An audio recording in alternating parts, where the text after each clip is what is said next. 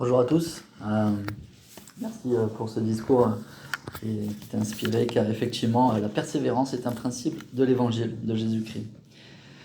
Je n'ai jamais personnellement été un membre, j'ai pas d'antécédents chrétiens, j'ai pas été protestant, ni catholique, ni orthodoxe, et j'ai décidé récemment de m'intéresser en profondeur à la Sainte Bible, selon la version du Roi Jacques. J'ai étudié la Sainte Bible selon la version du Roi Jacques, et en étudiant la Bible, je cherchais une référence par rapport au rétablissement, puisqu'il est vrai que Pierre avait parlé d'un rétablissement de toutes choses. J'ai trouvé beaucoup d'écritures, environ 11, qui parlent du rétablissement, que nous enseignons dans l'Église de Jésus-Christ des 5 derniers jours, et je suis tombé sur un chapitre très intéressant dans Apocalypse, chapitre 14, verset 6, qui dit « Je vis un autre ange qui volait par le milieu du ciel, ayant un évangile éternel pour l'annoncer aux habitants de la terre, à toute nation, à toute tribu, à toute langue et à tout peuple. » Les frères et sœurs, il ne peut pas y avoir d'écriture plus claire que celle qui est décrite dans le Nouveau Testament, dans l'Apocalypse de Jean, car Jean a vu effectivement l'ange Moroni, l'ange qui est au-dessus de tous les temples de l'Église de Jésus-Christ des 5 derniers jours, qui a ramené cet évangile éternel. Il faut savoir que le deuxième nom du livre de Mormon, c'est l'évangile éternel, ou la plénitude de l'évangile éternel. C'est l'ange Moroni qui a donc ramené cet évangile éternel qui permet justement de conduire nos âmes, en lisant, en étudiant le livre de Mormon, à trouver cette foi qui mène au salut dans le royaume de Dieu. Il faut savoir, à tous ceux qui auraient des doutes par rapport à cet évangile, que dans Apocalypse chapitre 22, versets 18 à 22, il est écrit « Je déclare que quiconque entend les paroles de la prophétie de ce livre, et c'était bien une prophétie, si quelqu'un y ajoute quelque chose, Dieu le frappera des fléaux décrits dans ce livre, et si quelqu'un retranche quelque chose des paroles du livre de cette prophétie, Dieu retranchera sa part de l'arbre de vie de la ville sainte décrit dans ce livre.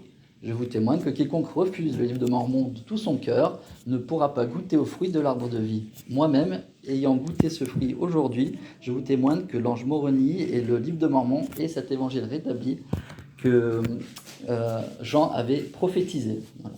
Donc je vous invite à ne pas renier cette prophétie. Je témoigne que quiconque... je sais qu'aujourd'hui, je reçois une plénitude du Saint-Esprit et que je vous témoigne que l'Église de Jésus-Christ des 5 derniers jours est la seule Église du Père et du Fils et du Saint-Esprit. Pour tous ceux qui entendraient de fausses rumeurs sur le prophète choisi par Dieu pour établir la véritable Église de son Fils bien-aimé sur terre, sachez que Jésus a répondu comment discerner un vrai prophète d'un faux prophète. Aussi, comment savoir si Joseph Smith avait de bonnes racines ou de mauvaises racines dans le sermon sur la montagne. Dans Matthieu chapitre 5, versets 10 à 12, il est écrit « Heureux ceux qui sont persécutés pour la justice, car le royaume des cieux est à eux. Heureux serez-vous lorsqu'on vous insultera, qu'on vous persécutera et qu'on dira faussement de vous toutes sortes de mal à cause de moi. Réjouissez-vous et soyez dans l'allégresse, parce que votre récompense sera grande dans les cieux. Car c'est ainsi qu'on a persécuté tous les prophètes qui ont été avant vous. Je témoigne que les vrais prophètes ont toujours été exclus, rejetés et finalement persécutés.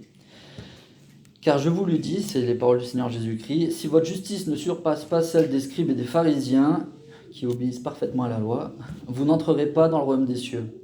Nous savons que la foi vient de la justice personnelle, accomplie par l'utilisation de notre libre arbitre. Nous devons faire des choses par nous-mêmes et pas parce qu'on nous dit de les faire. Le Seigneur donne sa réponse dans Matthieu chapitre 13, 21. « Entrez par la porte étroite, car l'âge est la porte, spacieux est le chemin qui mène à la perdition, et il y en a beaucoup qui entrent par là. Mais étroite est la porte, et resserré le chemin qui mène à la vie, et il y en a peu qui les trouvent. Gardez-vous, prenez garde aux faux prophètes, ils viennent à vous en vêtements de brebis, mais au-dedans ce sont des loups voraces. » Comment peut-on reconnaître un vrai prophète d'un faux prophète ? Ou comment reconnaître les loups voraces ? Vous les reconnaîtrez à leurs fruits. Cueille-t-on des raisins sur des épines ou des figues sur des chardons ? Tout bon arbre porte de bons fruits et le mauvais arbre porte de mauvais fruits. Un bon arbre ne peut porter de mauvais fruits, ni un mauvais arbre porter de bons fruits. Tout arbre qui ne porte pas de bons fruits est coupé et jeté au feu. C'est donc à leurs fruits que vous les reconnaîtrez. Ceux qui me disent « Seigneur, Seigneur » n'entreront pas tous dans le royaume des cieux, mais celui-là seul qui fait la volonté de mon Père qui est dans les cieux. Les fruits de Joseph Smith sont le rétablissement de l'évangile éternel prédit dans la Sainte Bible dans Apocalypse chapitre 14 verset 6 en traduisant le livre de Mormon par le don et le pouvoir de Dieu d'une écriture cunéiforme égyptien réformée à anglais. Le rétablissement de la véritable Église ainsi que de la Sainte Prêtrise qui est nécessaire pour diriger toutes les activités de l'Église, en particulier le baptême et la Sainte Seine. L'appel de 15 apôtres voyants et révélateurs pour diriger l'Église. Le rétablissement des vérités essentielles pour être sauvé dans le royaume de Dieu, céleste de Dieu, pour le bonheur éternel de nos âmes. Je dis ces choses avec beaucoup d'amour, beaucoup de joie et beaucoup d'enthousiasme, car je ressens le fruit de l'arbre de vie. la construction et la consécration de différents temples de Dieu nécessaires pour obtenir certaines ordonnances sacrées pour le salut et l'exaltation de nos âmes. Car la volonté du Père, dans notre Père, que ta volonté soit faite, la volonté du Père, c'est que nous ayons tous l'exaltation. Point. Si quelqu'un dit autre chose, c'est qu'il n'a pas compris l'évangile. Dieu veut qu'on rentre à la maison. Il ne veut pas nous abandonner dans les ténèbres du dehors.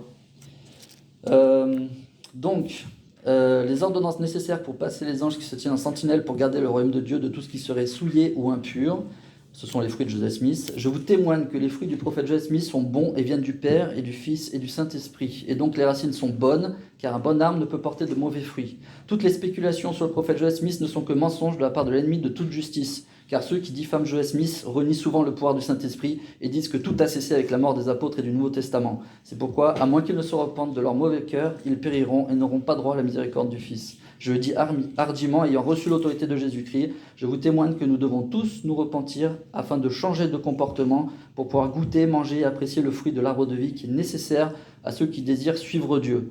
Je rends témoignage au nom de Jésus-Christ, le Sauveur de l'humanité. Amen.